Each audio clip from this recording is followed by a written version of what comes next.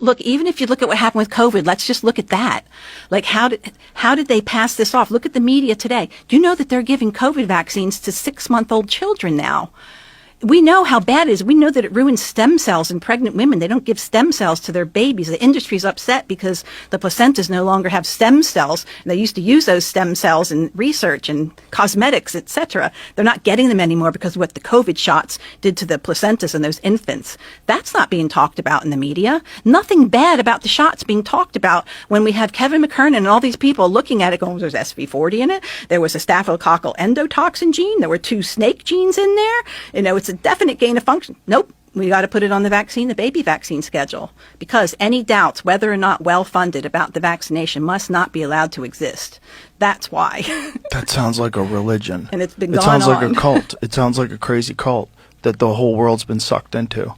Giving a COVID shot to a baby today is insane. 3 of them. They get 3 by the certain. You'd have to look up the schedule, but I believe it starts at 6 months, and they get 3 of them. Kind of boom, boom, Are boom. doctors really recommending this? It's on the.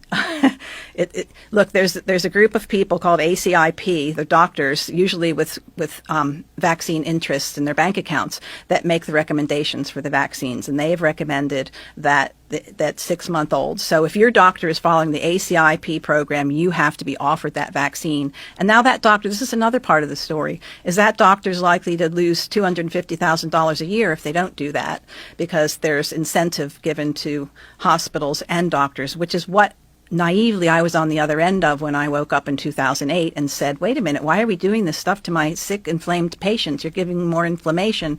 It's because the hospital would lose something like $40,000 if they didn't give a vaccine within the first 24 hours of admission.